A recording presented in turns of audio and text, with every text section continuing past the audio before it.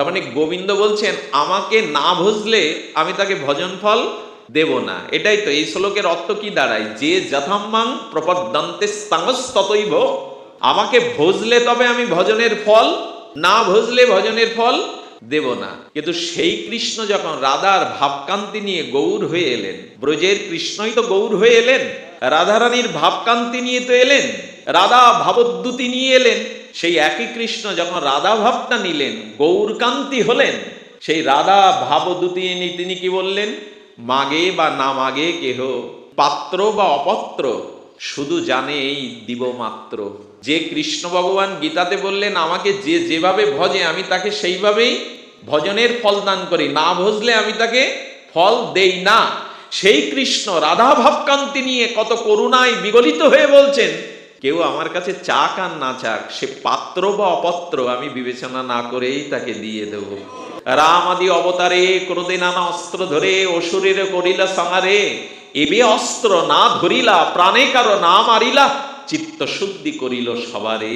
ওই একই কৃষ্ণ কারণ্য মূর্তি নিয়ে রাধারানীর ভাবকান্তি নিয়ে এসে বলছেন আমি দিয়ে দেবো। কিরকম জানেন, এক নৃপতি রাজা, তিনি বিশ্বব্রহ্মাণ্ডের অন্যতম শক্তিধর রাজা, নৃপতি, রাজাদের একরকম নৃপতি রাজা।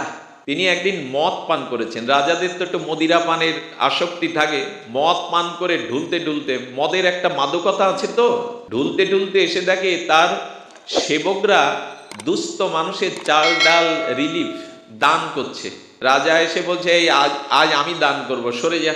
রাজা মদ পান করে, মদিরা পান করে ঢুলো ঢুলো আবেশিক্ত হয়ে এসে বলছে তোরা সরে যা, আমি দান করব। রাজা তখন চাল ডাল ভিখারির পাত্রে দিতে গিয়ে বলছে না, আমার দাসেরা যা দেয় আমি যদি তাই দিই তাহলে আর রাজার দান কি হলো? আরে এইটা তো কোনো মহিমা নাই।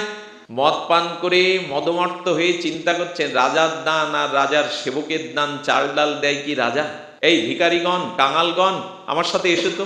মন্ত্রীর তো চোখ বড় বড়, কোথায়? বলে অন্দরমহলে নিয়ে যাবো আজ ওদের। বলে অন্দরমহলে তো আপনি ছাড়া কারো ঢোকার আদেশ নেই, মন্ত্রী ধরে নেই। বলে আজ আমি এমন কিছু দান করবো ওরা আর যেন কাঙাল না থাকে, দরিদ্র না থাকে। রাজা তখন অন্দরমহলে রানীকে বলছেন আমার জন্য যে রাজভোগেদের খাওয়াও, সিন্ধুকের চাবিটা খুলে দাও, মণিমুক্তাগুলো দিয়ে দেবো, আর যাতে কাঙাল না থাকে। আমার গৌর হরি হলেন রাধা প্রেম মদে মদমত্ত, রাধা অমৃত সুধা পান করে মদমত্ত হয়ে বলছেন যা কেউ দেয়নি, কোনো কালে দেয়নি, আমি সেই কৃষ্ণ প্রেম মণিমুক্তা দুয়ার খুলে দিলাম। অদ্ভুত কথা বলেছেন আমাদের গোস্বামীগণ। আপনি করি আস্বাদনে শিখাইল জগৎজনে, প্রভু চিন্তা মনির প্রভু ধ্বনি, নাহি জানে স্থানাস্থান, যাকে তাকে কইল দান, মহাপ্রভু দাতা শিরোমণি। নিজে যা আস্বাদন করেছেন ওইটাই দিচ্ছেন জগৎকে। হ্যারি বাবা, তুমি যে রাধা ভাবকান্তি 12 বছর গম্ভীর গাম্ভীরার প্রকষ্টে আস্বাদন করলে, স্বয়ং কৃষ্ণ রাধাকান্তি নিয়ে যা নিজে আস্বাদন করলেন সেটাই এবার জগৎকে দিয়ে দিলেন। শুধু পেলাম না আমি আমার অপরাধের কারণে, অভক্তির কারণে। কাঙালদের জন্য বিলিয়ে দিলেন মহাপ্রভু। পাত্র অপাত্র দেখে দেবে না প্রভু? আমরা যদি গৌরকে প্রশ্ন করি যে রসগুপ্ত সিন্ধু ব্রহ্মা না পায় এক বিন্দু, ব্রহ্মা যা পেল না তুমি দিলে আমরা রাখতে পারবো? আচ্ছা প্রভু একটু ভেবে চিনতে দাও। আমরা যদি মহাপ্রভুকে প্রশ্ন তুলি, বাবা পূর্বপক্ষ, যা ব্রহ্মা পেল না, যে রসগুপ্ত সিন্ধু ব্রহ্মা না পায় এক বিন্দু, সেই প্রেম বিলাইলো। আচ্ছা প্রভু, ব্রহ্মা যে আনন্দ সিন্ধু রস পেল না, তুমি আমাদের দেবে, একটু পাত্র দেখবে না? ছিদ্র পাত্রে দেবে, দেওয়া উচিত। গীতায় বলেছে দান করতে গেলে দেশকাল পাত্র বিবেচনা করে, বলেছেন না গীতাতে? বাবা তো ভালোই জানে, দান করতে হয় না পাত্র। আচ্ছা যারা মেম্বার বা চেয়ারম্যান ইলেকশনে দাঁড়াবে আপনাদের গ্রামে, এসে যদি বলে 100 নলকূপ দিলাম, ভোট দাও, এটা কি প্রকৃত দান হয়? ভোট পাওয়ার আশাই তো দিচ্ছে। তো এইখানে মহাপ্রভু বলছেন যা ব্রহ্মাকেও প্রভু দাওনি, তুমি আমাদের মতো কামনা কলুষিত হীন জীবদের দিয়ে দেবে, রাখতে পারবে তো এরা? যদি প্রশ্নটা তোলা যায়, প্রভু বললেন কি আমি শুধু রাধা প্রেম দিতে এসেনি, ওই সাথে সাথে আমি জানি এই কলিযুগের মানুষ অল্পায়ু, ক্ষণভঙ্গির, মূঢ় মস্তিষ্ক, কামাসক্ত, এই জন্য ওদের পাত্র নেই আমি জানি। তাই নিতাইকে দিয়ে, হরিদাসকে দিয়ে আমি নিজেও ওদের পাত্রও দিয়ে দিয়েছি যাতে নিতে পারে। আমি পাত্রও দিয়ে দিয়েছি ওদের। আহারে, এমন করুণায় অবতীর্ণ মহাপ্রভুকে আমরা আমাদের ঘরের ছেলেকে আমরা চিনলাম না। বাংলায় কথা বললেন তিনি, বাঙালির হিয়া অমিয় মতিয়া নিমাই ধরেছে কায়া। বাংলার সন্তান তো শচী পুত্র নিমাই, কিন্তু সূর্য উঠল আমার ঘরে, ঘুম ভাঙল ওদের। পাশ্চাত্যবাসীরা, আমার গুরু মহারাজের ওখানে দেখি 10-15 জন বিদেশি মহিলারা এসছেন, সব পাশ্চাত্যবাসী। তারা কোটি কোটি ডলারের মালিক, সর্বস্ব ছেড়ে দিয়ে মালা চন্দন তিলকে চর্চিত হয়ে গুরু বাবার চরণে, রাধাকুণ্ডের ভূতপূর্ব মহন্ত মহারাজ গুরু বাবা রাধা কালাচাঁদের অর্চন করে উপরে যান। নিত্য লীলাতে তিনি মগ্ন থাকেন অন্তর্লীলায়। যখন যাচ্ছেন, যে পথ দিয়ে হেঁটে গেছেন, বাবা যাওয়ার পরে দেখি ওই 15 জন বিদেশিনী, তাদের দেখলে মনে হয় সাক্ষাৎ লক্ষ্মী দেবী নেমে এসছে।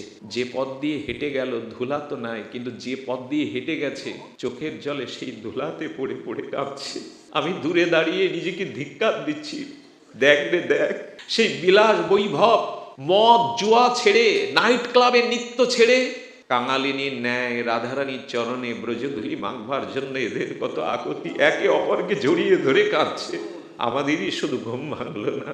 এমন নিতাই গৌর আমাদের ঘরের দুয়ারে এলো। বাঙালি, আজকে তারা চৈতন্য চরিতামৃতে পড়বে বলে গোস্বামী শাস্ত্রে ইংরেজিরা এটা বাংলায় শিক্ষা নিচ্ছে। আমরা জাগলাম না, জেগে উঠুন, সময় কিন্তু কারো নাই। পশ্চিম দিকে হেলে পড়েছে সূর্য, কখন যে কার এই জীবন প্রদীপ নিভে যাবে জানি না। আর কিন্তু মাথা খুললেও পাওয়া যাবে না মা। এমন মনুষ্য জন্ম পেয়েও যদি ভূভারতে, ব্রহ্মা বলেছিল প্রভু আমার ব্রহ্মার পরাদ্য কালের থেকে এই ভারতবর্ষের বাংলার মাটিতে যদি একটু মনুষ্য দেহ দিতে, ব্রহ্মা প্রার্থনা করেছিল, বলছে ব্রহ্মা এত পরাদ্যকাল আয়ু পেয়েও তুমি ভারতবর্ষের মাটিতে মানুষ হতে চাইছো কেন? বলেন কোটি কোটি যুগ যুগান্তর তপস্যা করলেও যা না হওয়া যায়, একবার হা গৌর বললে এই মাটিতে গড়াগড়ি দিলেই সেই ফল হয়ে যায়, সেই ফল হয়ে যায়। এই জন্য আমাদের উচিত হবে বাবা নিতাই গৌরের চরণে হরিনাম হরিকথাকে হৃদয় দিয়ে একটু ভালোবাসা। আমি আর সময় নেব না, আপনাদের নিখিল পরম মঙ্গল, অত্যান্তিক মঙ্গলের কথা বলছিলাম। সেই মঙ্গলটা হলো শ্রেয় কৃষ্ণ ভক্তি, কৃষ্ণ ভজন। বলে দিয়েছেন প্রথমে সবৈ বংশং পরধর্ম যত ভক্তির অদক্ষ যে অহিতুক্কব্যবহিতা জয়াত্মা সুপ্রসিদ্ধতি। ওগো জীবনের একমাত্র কল্যাণ হলো কোনো হেতু রেখে, কামনা রেখে রাধা মাধবকে ভালোবেসো না। ব্রজপীতির দুয়ারে, মহাপ্রভুর সংকীর্তন দুয়ারে অহেতুকি এসো, কোনো কামনা বাসনা নিয়ে এসো না। আর অব্যবহিতা, কোনো বাধা, কোনো অন্তরায় তোমাকে যেন বাঁধতে না পারে। দেহ সুখ, কামনা বাসনা, হৃপিন্দ্রিয়ের তাড়নাকে উপেক্ষা করে তুমি ছুটে চলে এসো। তবে এই ছুটে আসা দরকার। বলেছেন, এই শ্লোকটি পাঠ করেই আমি বিশ্রাম দেব। আপনাদের মনে আছে রাজা চিত্রকেতু, গন্ধর্বরাজ, তিনি মাতা পার্বতীকে কোলে দেখেছিলেন ভগবান শিবের। এই চিত্রকেতু পরিভ্রমণ করতে করতে কৈলাসে এসে দেখলেন যোগীন্দ্র মনীন্দ্রের সম্মুখে বসে ভগবান শঙ্কর হরিকথা পরিবেশন করছেন, কিন্তু কোলের উপরে মা পার্বতী। এই জন্য মহাতের দোষ দেখবেন না, সাধুর দোষ, তার পাপে সে ধ্বংস হতে পারে। আপনি সমালোচনা করে, নিন্দা করে অপরাধী হতে যাবেন না। উনি এত বড় সংকর্ষণের মন্ত্র পেয়ে দিব্য রথ পেয়েছিলেন, সেই রথে করে সব ভুবনে উনি ঘুরতে পারতেন। রাজা চিত্রকেতু গন্ধর্বরাজ দেখতে দেখতে কৈলাসে শিবের নিন্দা করে বসলেন।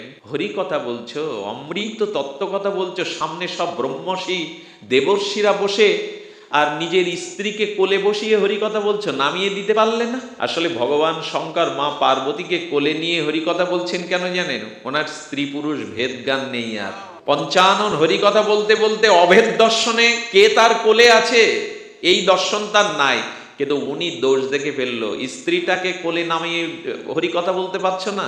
ভগবান শঙ্কর কিছু মনে করলেন না, জানেন তো উনি শঙ্কর্ষণের উপাসক। মাতা পার্বতী ক্ষিপ্র হয়ে গেল, খুব বড় হয়েছিস না, ভগবান শিবের দোষ দেখছিস না, খুব বড় ভক্ত হয়ে গেছিস, যা তুই অসুরের মতো কথা বললি, যা অসুর কুলে জন্ম নে।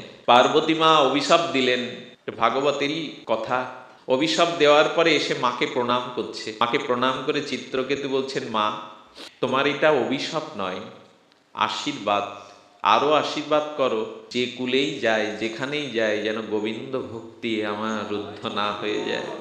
শিব ঠাকুর বলছে, পার্বতী দেখেছো কৃষ্ণ ভক্তের লক্ষণ? তুমি যে অভিশাপ দিলে, বিপরীতে তোমাকেও অভিশাপ দেওয়ার ক্ষমতা ওর আছে, কিন্তু দেয়নি। যাওয়ার সময় চিত্রকেতু কি, এই দেখুন ভক্তের মহিমা, আজ তো আমাদের ভিতরে দৈন্য নেই। উনি বলে যাচ্ছেন, মা তুমি আমার ঘর পরিবর্তন করলে, কিন্তু ভক্তি নষ্ট করতে পারোনি মা। আমি অসুরকুলে যাচ্ছি বটে, গন্ধর্বরাজ থেকে, কিন্তু কৃষ্ণ ভজনটা নষ্ট হবে না মা। আপনাদেরও বলি, অপরাধে যদি পতন হয়ে যায়, তবে এই 2 ঘন্টা কি জীবনে যেটুকু হরিকথা সাধু সঙ্গে শুনেছেন, এই ভজন নষ্ট হবে না কোনো কালে। জড়ভরত পূর্বলীলাতে হরিণ হয়েছিলেন বটে, কিন্তু তার ভজন নষ্ট হয়নি। সে হরিণ হয়েও কৃষ্ণ কথা শুনত, হরিণ হয়েও কৃষ্ণ কথা শুনত। এই জন্য ঘটনাক্রমে চিত্রকেতু যখন অসুর হলো, অসুর প্রাপ্ত হলেও তিনি স্বর্গরাজ্যকে দখল করে নিলেন। দেবরাজ ইন্দ্র আর পারে না, ঘটনা আপনাদের জানা। দেবতারা মুনি ঋষিরা পরামর্শ করে বলল, দধিচি মুনির বুকের হাড় দিয়ে যদি বজ্র তৈরি করা, তো যেন তেন নয় তো, ও কৃষ্ণ ভক্ত, ওকে সহজে মারা।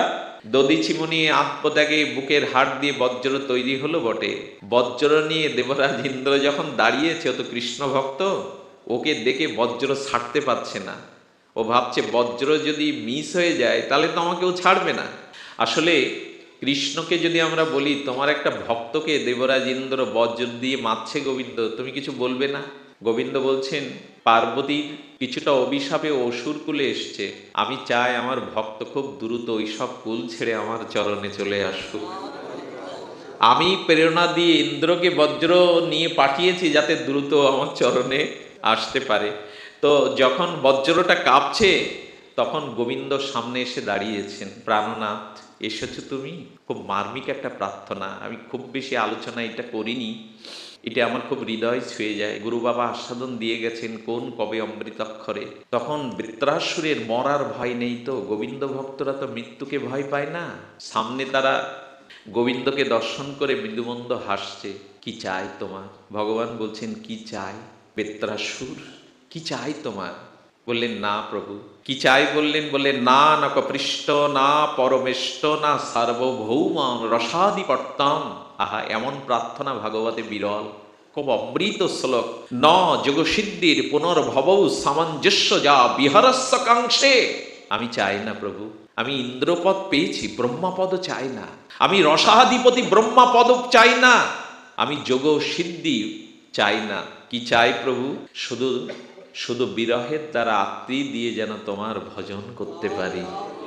মৃত্যুর মুখোমুখি দাঁড়িয়ে চাইছে এই কথায়, বজ্রের সামনে দাঁড়িয়ে। ভগবান এসেছে তো নিতে, ভক্তকে নিতে তো ভগবান আসবেন।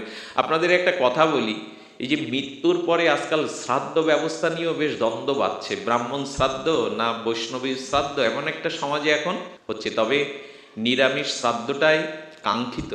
আমিষ দিয়ে শ্রাদ্ধ কতখানি কল্যাণ হয়, এটা শাস্ত্র বলবে। যুধিষ্ঠির সংবাদে নারদ এই কথা বলেছিলেন।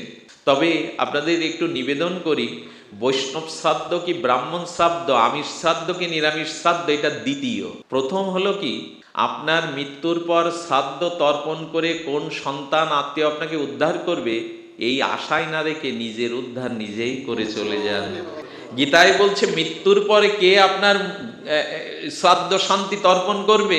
উদ্ধার এই তো আত্মনাং, নিজেকেই দিয়ে নিজে।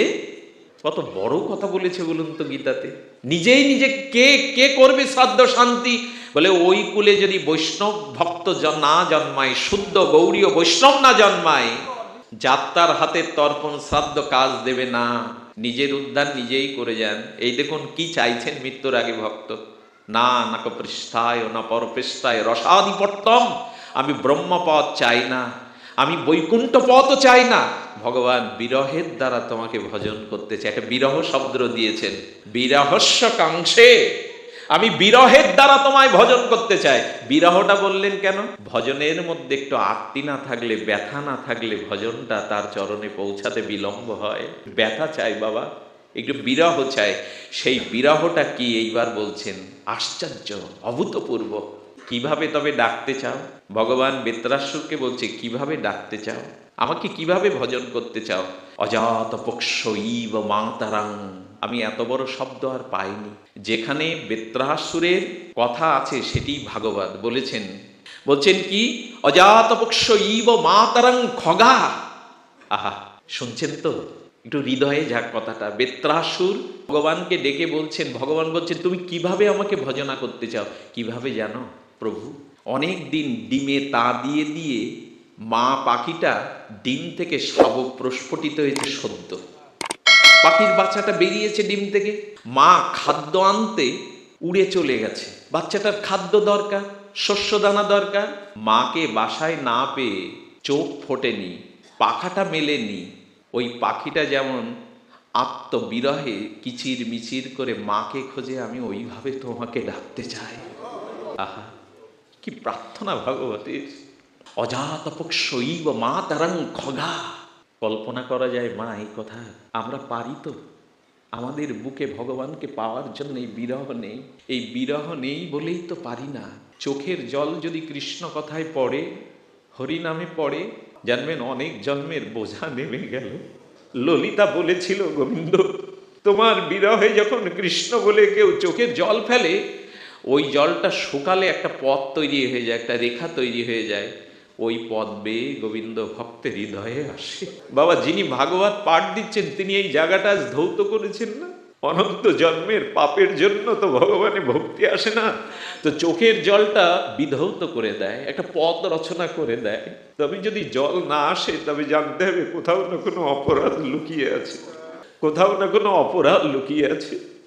এত বড় প্রার্থনা মার্মিক। আর কি বলছেন? অজাতপক্ষা এক খগা। আচ্ছা, বলেন ভগবান আমার চাওয়াটা ঠিক হয়নি। বলেন প্রভু অপরাধ ক্ষমা করো, আমার এই চাওয়াটা ঠিক হয়নি। কেন ঠিক হয়নি? বেত্রাসুর বলছেন পাখিটা শুধু ওর মাকে খুঁজছে না, ওই সাথে সাথে ওর উদরে ক্ষুধা আছে, ওই ক্ষুধা আর মা দুজনকে খুঁজছে। আমার চাওয়াটা ঠিক হয়নি, আমি যেন তোমাকেই চাই, অন্য কিছুর সাথে জড়িয়ে তোমাকে না ডাকি। আরে বাবা, বলছে তাহলে কিভাবে ডাকতে চাও?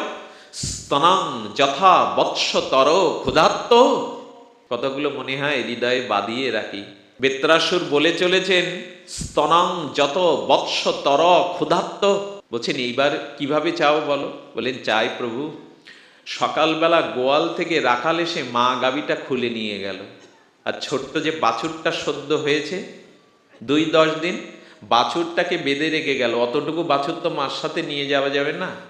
বাছুরটা তখন সারাদিন যে পথ দিয়ে রাখাল গাভীটা নিয়ে গেছিল, ধূপ জ্বালিয়ে না বাবা, যে পথ দিয়ে নিয়ে গেছিল, ওই গাভীর বাছুরটা বারবার ওই পথের দিকে তাকিয়ে সারাদিন হাম্বা হাম্বা করে ডেকেছে, মাকে খুঁজেছে। যখন গোধূলি বেলায় উত্তর গোষ্ঠ থেকে রাখাল গাভীমাকে আনছে, দূর থেকে গাভীমা যেমন বাচ্চাটার দিকে ছুটে আসতে চায়, আর বাচ্চাটা সারাদিনের উৎকণ্ঠিত হাম্বা হাম্বা রবে যেমন মায়ের কাছে ছুটে যেতে চায়, আমি ওইভাবে তোমাকে ডাকতে চাই, আমি ওইভাবে তোমাকে ডাকতে চাই। স্তনং যথা বৎসতর ক্ষুধার্ত। ক্ষুধার্ত বৎসের মতো গোধূলি বেলায় মা গাভীটার পেছনে যেন আমি অমনি করে তোমাকে ডাক। ভগবানকে ডাকলেই কি হয় বাবা? ডাকার মতো তো ডাকতে হয়। ঠাকুর রামকৃষ্ণ বলে গিয়েছিলেন, তোরা টাকা পয়সার জন্য, রোগ শোকের জন্য ঘটি ঘটি কাঁদিস, কৃষ্ণ বলে তো কাঁদিস না। কত কাঁদিস তোরা, ভালোবাসায় ব্যর্থ হয়ে, কত আত্মীয় স্বজন হারিয়ে, লোকচক্ষুর ক্ষতি হলে কত কাঁদিস, কৃষ্ণ বলে তো কাঁদিস না। তবে আমার মতো কপট কান্না কিন্তু আছে, দুর্বলের কান্না। অভিনেতারাও তো কাঁদিয়ে মনোরঞ্জন করে শ্রোতাদের। যাদের হৃদয় খুব দুর্বল তারাও কাঁদা ট্রেনিং নেয়। এই কান্না নয়, লোক দেখানো কান্না নয়, অভিনয়ের কান্না নয়, শ্রোতাবৃন্দকে মোহিত করবার জন্য ক্রন্দন নয়, হৃদয় থেকে যেন আসে, হৃদয়ের ক্রন্দন। আচ্ছা প্রভু, আমার এই চাওয়াটাও ঠিক হয়নি। বাবা কেন ঠিক হয়নি? বলে আগে খাদ্যটা আর মা আলাদা ছিল, আর গাভীর মধ্যে খাদ্য আর মা একই তো। পাখিটার খাদ্য তো পাখিটার মধ্যে ছিল না, কিন্তু গাভীর মধ্যেই বাটে দুধ আছে। তবে আমার এই চাওয়াটাও ঠিক হয়নি প্রভু। কেন?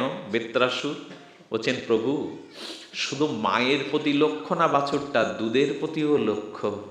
আমার যেন তোমার চরণ ছাড়া অন্য কিছুর প্রাপ্তির লক্ষ্য না থাকে, অন্য কিছু লক্ষ্য যেন না থাকে। তাহলে আর কি করে চাও? ভক্তকে বলাচ্ছেন, জগৎকে শোনাচ্ছেন কি করে ভগবানকে ভজন করতে হয়। কি করে চাও? প্রিয়ং প্রায়ব বুස්සতিং বিষণ্ণ মনরা দীক্ষতি তাম। বাবা, বিদেশে গেছে স্বামী, সতী স্ত্রী মাথায় সুগন্ধি তেল দেয় না, সাজে না, ভালো শাড়ি পরে না, অল্প বিস্তার খেয়ে বেঁচে আছে। স্বামী চিঠি লিখেছে, অমুক দিন বেলা 12টায় আমি গৃহে ফিরছি। স্ত্রী যেমন নিজেকে সাজিয়ে পরিপাটি করে বারবার সতৃষ্ণ নয়নে পথের দিকে চাইতে থাকে, 12টা তো বেজে গেল, এলো না তো, আসছে না তো, সতৃষ্ণ নয়নে বারবার তাকিয়ে থাকে। কেন থাকে? গয়না আনবে বলে, টাকা পয়সা রোজগার করে আনবে বলে? না মা, কতদিন তাকে সেবা করতে পারিনি, তার মুখখানা দেখিনি। অন্য কিছু আর চাওয়া নেই এখানে, দুধও নেই, গাবিও নেই, খাদ্যের কণাও নেই, পাখিও নাই, শুধু স্বামী, শুধু প্রিয়। তাই বলছেন প্রিয়ং প্রায় বা বর্ষিতং বিষণ্ণ, এতদিন বিষণ্ণ ছিল, আজ ফিরবে বলে সতৃষ্ণ নয়নে যেমন অশ্রুজলে অপেক্ষা করে কখন তোমার মুখটা দেখতে পাবো। প্রভু, আমি এমনি করেই তোমাকে ভজনা করতে চাই। আসুন আমরা এই মন্ত্রে দীক্ষা নেই, যেটুকু ভগবানকে ডাকি, স্মরণ করি, সে নাম ও কৃষ্ণ কথা যেন বিরহ নিয়ে, অনুরাগ নিয়ে করতে পারি। উদ্ধব মহাশয় সেটা দেখেছিল। ব্রজগোপী সুন্দরিকাদের কাছে রাধিকা ভ্রমরকে দেখে বলেছিল, রাধারানী কখনো কখনো লতাকে জড়িয়ে ধরছেন, আর কৃষ্ণ বিরহিণী রাধিকা যখন দশম দশায় মুখে ফেনিবিল গেঁজা বেরোচ্ছে, যখন মৃতপ্রায় মাঝে মাঝে জ্ঞান থাকে না, তখন ললিতা বলেছিল, রাধে, এমন দশায় এমন বিরহে মরে গেলে আমরা কাকে নিয়ে থাকবো? রাধা তো জন্ম মৃত্যুর ঊর্ধ্বে, কিন্তু লীলাতে বলছেন তোর ওই দশম দশাতে তোর প্রাণ থাকবে না রাধে। রাধারানী তখন বলছেন, জলে যেন ভাসাস না, আগুনে যেন পোড়াস না, একটু তমালে বেঁধে রাখিস। আমি মরতে গিয়েও মরতে পারিনি জানিস, যমুনায় ঝাঁপ দিতে গিয়ে দেখি আমার মুখটা, আমার শ্যামসুন্দরের মুখ ভেসে উঠছে। ভাবলাম আমি মরলে তাকে কে ভাববে, আমি মরতেও পারলাম না। আচ্ছা রাধে, জলে তোকে ভাসাবো না কেন? বললেন, কৃষ্ণ কৃষ্ণ কাঁদতে কাঁদতে যতটা চোখের জল ফেলেছি, পৃথিবীর কোনো জল আমাকে আর ডুবাতে পারবে না, জলে ডুবাস না। আসলে কথাটি সত্য। মহাপ্রভু গম্ভীর গাম্ভীরায় গরুর স্তম্ভের তলে দাঁড়িয়ে যেখানে কাঁদতেন, ওখানে একটা খাল তৈরি হয়ে গেছিল, সম্ভব? রাধারানীর ক্রন্দনে বলছে জলে ডুবাবেন, বলে আগুনে কেন পোড়াবো না, আগুনে পোড়ানোটাই তো শ্রেয়। বলছেন কৃষ্ণ বিরহ অনালে এতটা পুড়েছি, কোনো আগুন আর আমার গায়ে লাগবে না। আচ্ছা তমালে বেঁধে রাখলে দুর্গন্ধ হবে না, দুর্গন্ধ ছড়াবে না? রাধারানী বলছেন, আমি ভালোই জানি আমার দেহ থেকে কারো দুর্গন্ধ যাবে না। কেন যাবে না জানিস? আমি শুনেছি পুতনার মতো রাক্ষসী, এত পাপীয়সী, বালও ঘাতিনি, বালকে রক্তপান করত, তাকে বিষ খাইয়ে মারতে গিয়ে গোবিন্দ 1 সেকেন্ডের জন্য তার স্তনটা অধরামৃত স্পর্শ করেছিল, ঠোঁটটা। তাতে কি হয়েছিল? পুতনা মৃত্যুর সময় তার স্বরূপ প্রকাশ হয়েছিল। সেই 16 যোজন কি 10 যোজন বৃহৎ দেহটা বৃন্দাবনের শেষ সীমানায় গোবিন্দ ফেলেছিল, যাতে ব্রজের গাছগাছালির ভক্তদের ক্ষতি না হয়।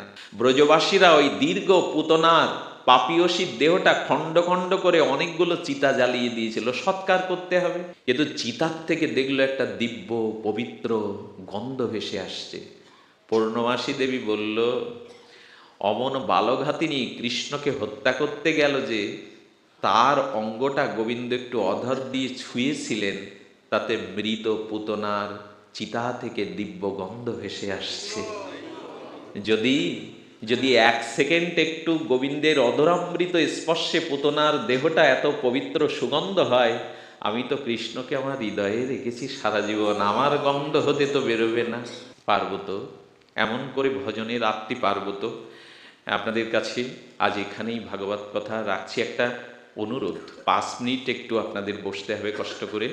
আমার সাথে যিনি এসছেন, আমার নিতাই, আমার অদ্বৈত, এরা মুরারি মোহন দাস বাবাজির বড় আদরের দুলাল। তো এখন আপনাদের 5 মিনিট দুটো কথা। কুকুর বসতেন আমাদের এই সমাজ বাড়িতে নবদ্বীপের। কুকুরটার সামনে গিয়ে কান খাড়া করে পা দুটো সামনে দিয়ে বাবাজি মহারাজের হরিকথা, নামনিষ্ঠ মহাপুরুষ রাধারমণ দাস বাবাজি বলেন, ওকে আগে বসতে দিবি, ও ভক্ত। হঠাৎ পাঠ সমাপ্তে বিশ্রামতে সব ভক্তরা ফিরে গেছে, ভক্ত কুকুরটা যায়নি। রাধারমণ দাস বাবাজি মাথায় হাত দিয়ে বলছে, কিরে ফিরে যাবি না আজ, বাড়ি যাবি না? যেই মাথায় হাত দিয়েছেন, মাথাটা কাত হয়ে পড়ে গেছে।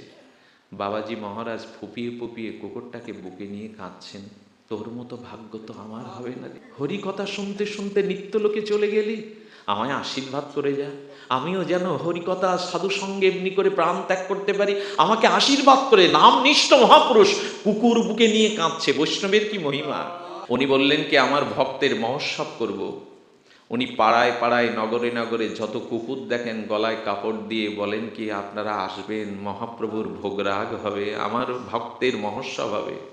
আমার মনে হয় কি জানেন, জীবনে যে অপরাধ করে গেলাম, অশাস্ত্রীয় কাজ করে গেলাম, হয়তো জগৎ দেখেনি, অন্তর্যামী তো দেখেছে। মাঝে মাঝে জানেন আমি করি, আমি যখন ঠাকুরের সামনে বসি, গুরু মহারাজের সামনে আমি বলি আমি যে কাজ করে গেলাম, তাতে যদি কুকুর শ্রীগালে জন্ম নিতে হয় প্রভু দিও, কুকুর জন্ম দিও, কিন্তু অন্তত বৈষ্ণবের দাগে দিও, যাতে হরিনাম আর প্রসাদ পেয়ে বৈষ্ণব ঠাকুর আমাকে তরাতে পারে। হইতাম যদি বৈষ্ণব দাসেরও কুকুর, প্রসাদ দিয়ে তরাইতেন বৈষ্ণব ঠাকুর। প্রার্থনাটা জানিয়ে রেখেছি, যদি কুকুর জন্ম নিতে হয় যেন বৈষ্ণব। এই দেখুন বাবাজি মহারাজ মহাপ্রভুর ভোগ করলেন, মহোৎসব করলেন, কুকুরের মহোৎসব হয়, বৈষ্ণবরা পারে। আমার দাদাজি দেখলাম পায়ে জুতা নাই, বারবার লুটিয়ে পড়ছেন। এই কারণে বলছি এই হলো গৌড়ীয় বৈষ্ণবের মহিমা। হরিকথা শুনতে এসছেন, জুতোটা পরে আসেননি এই ঠান্ডার সময়, কোথায় ওই ব্রিজে দাঁড়িয়ে আছেন, দাদাকে একটু নিয়ে যাব। আমি বুঝি না যে বৈষ্ণব কুলে যেন জন্ম হয়, যেন কোনো বৈষ্ণব মায়ের গর্ভে অন্তত জন্ম হয়, তাহলে এগুলি পাওয়া যাবে। এত বড় মহিমা আর দেখা যায় না। কুকুরের মহোৎসব করে নিমন্ত্রণ করলেন, সব বললেন পাগল হয়েছেন, কুকুর নিমন্ত্রণ করলে আসে মহোৎসবে। বাবাজি মহারাজ মহাপ্রভুর ভোগরাগ দিলেন, 5 থেকে 600 কুকুর পাত পেড়ে প্রসাদ নিয়ে গেল। অলৌকিক দৃশ্য নবদ্বীপবাসী দেখলো। দেবতারা রাত্রে স্বপ্নেতে বলছেন, রাধারমন দাস আমরা কুকুরের রূপ ধরেও তোমার মহাপ্রভুর প্রসাদ পেতে গিয়েছিলাম।